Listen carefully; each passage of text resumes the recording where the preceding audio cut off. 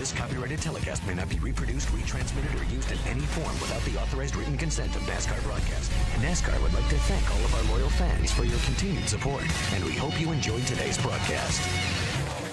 They threw the green flag. He was ready to go, and Johanna wasn't quite ready. See her sliding up to the top of the racetrack there. Somebody got in the wall off turn 4. And Bravo's Johanna Long into the wall now. Sideways through 4, and into the wall she goes. Yep. Tough start for Johanna Long. Yeah, she fell back several spots there, Phil, on the green flag, and it just never came up to speed. It didn't look like on the initial start on the contact with Ricky Carmichael. And then the thing just gets away from her. She probably didn't know. She doesn't have a whole lot of experience. Looks like she's still trying to be on the gas right there. She probably didn't realize that tire was flat, Phil. Yeah. You know, she comes from short track, late model racing, and has only done this a few times, and she just knew she was loose. She just. That's Austin Dillon on pit road, and a lot of damage to the right front. Blew the right front tire, Ray. Yeah, he came on the radio just about a half a lap ago and said this thing has gone crazy tight. Feels like something's wrong with the right front. After he came across the start-finish line, it started to wobble a bit. The right front blew out. He hit the wall pretty hard. The radio, as Ray was talking about, that he had a problem with the right front, and when that right front goes, he didn't make real hard contact with a wall, but that tire blowing out did all that damage. Yeah, what about that explosion, that tire? It just blew the fenders off that truck. But you're right, Phil. They get a tire on it, get a fender glued back to the front, taped onto the front. He can keep racing this darn thing. Yeah, you guys talked about that radio communication. Let's get an advantage on that 18 of Kyle Busch. Oh, but you know, if I'm Kyle Busch, I'm looking up there and says, is that Valvoline truck right there in third that's coming up here? Oh, problems back behind them. A couple trucks into the wall. Hornaday is involved in the 33. White truck, that's the 11 of Miguel Paludo that was involved. And now Hornaday gets into the side of the back of the 25 of Taylor Molson. What was that all about? I'm not sure exactly what that was all about, but Hornaday has considerable bit of damage there. There's Taylor Molson trying to get his truck turned back around. He had some damage to the right side. Yeah, his whole right outside wall. And of course, last week at Talladega on his roof. Oh, Miguel Paludo hard into the wall. Looked like a right front tire went on Miguel Paludo. And Hornaday slowed down and moved up the track. And the 25 truck of Taylor Molson was on the inside of Hornaday and cut him off. That pretty much explains why the 25 gets turned around right here as they went down in turn number 3. Yeah, it went. Fourth caution has come out. Lance Fitton has problems getting through the turn. Slides to the inside. Avoided any contact, but he got out of whack. I know a lot of these drivers and teams are breathing a sigh of relief. A lot of them were very, very close on having enough fuel to get to the end. Let's see if we can take a look at what happened to Lance Fitton. There we are down in turn number 1. He's on the inside of the racetrack. He just starts to lose the back end, then corrects it. And then the second time the back end swings out. He does a nice job letting off the brake, trying to get the thing to go straight. Then he realizes that it's not going to go straight, and he locks the brakes up again, stays up. In both events in 2009, Sauter doing it when the trucks raced here in June. One of those two would like to get up there, knock off Kyle Busch, and have an opportunity to celebrate. Boy, but you knock off Kyle Busch anywhere. In any form of racing. And we saw Ron Hornaday do it at Martinsville, past Kyle Busch on the outside to get that grandfather clock. Kyle Busch, a 21-time winner this year in the 3 major touring series of NASCAR. I listened to you guys talking earlier today. Out of the last 100 nationwide races, he's won 35 of them, a third of the races he started. Just amazing numbers, things you never heard of before. Boy, what a good break he got there getting around Jennifer Jo Cobb and was able to get that truck back down to the bottom. That gave him another couple truck lengths over Johnny Sauter. So Johnny Sauter, who was just a quarter of a second behind Kyle Busch, now is about a half a second behind Kyle Busch. Elliott Sadler continues to run the first or second fastest times on the track. He would dearly love to see a caution, get this thing re-racked and have a shot at these boys.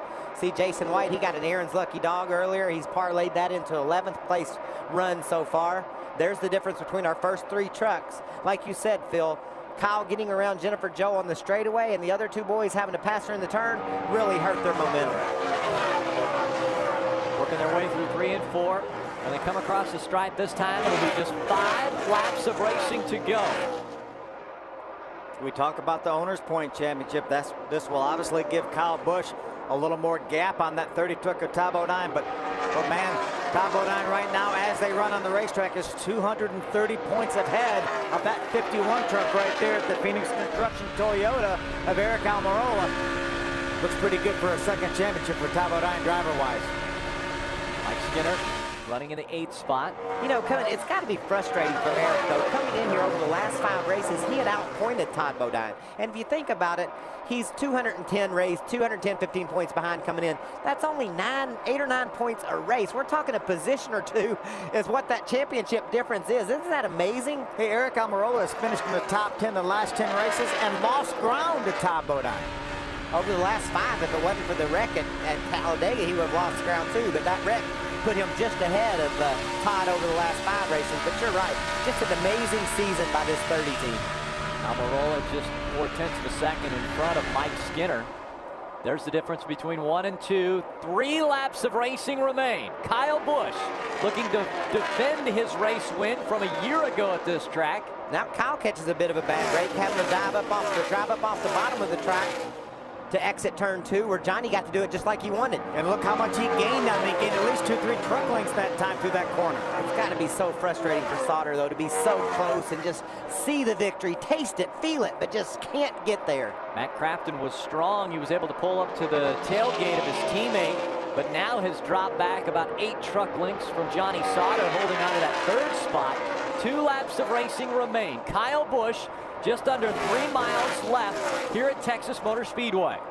Kyle Busch just wants to see that white flag. If he gets to the white flag, he knows that the next flag will end this race. No matter what happens, either the caution or the checker, he doesn't have very far to go. Coming out of turn number 4, a little bit of a wiggle. He doesn't have very far to go, and it's not going to take him long to get there. White flag out. Final lap from Texas Motor Speedway. Kyle Busch looking to get to victory lane once again. Johnny Sauter doing all he can do to try to catch that 18 truck. Johnny's just saying, slip, Kyle, do something. Give me a break. Give me something to hope for here. Look how close. The 25-year-old from Las Vegas, Nevada, continues to rack up the numbers in the Camping World Truck Series. Here is career win number 23 for Kyle Busch. There you go, boys. Good job. Way to go. Woohoo! Success. You're the man, dude. Thank you.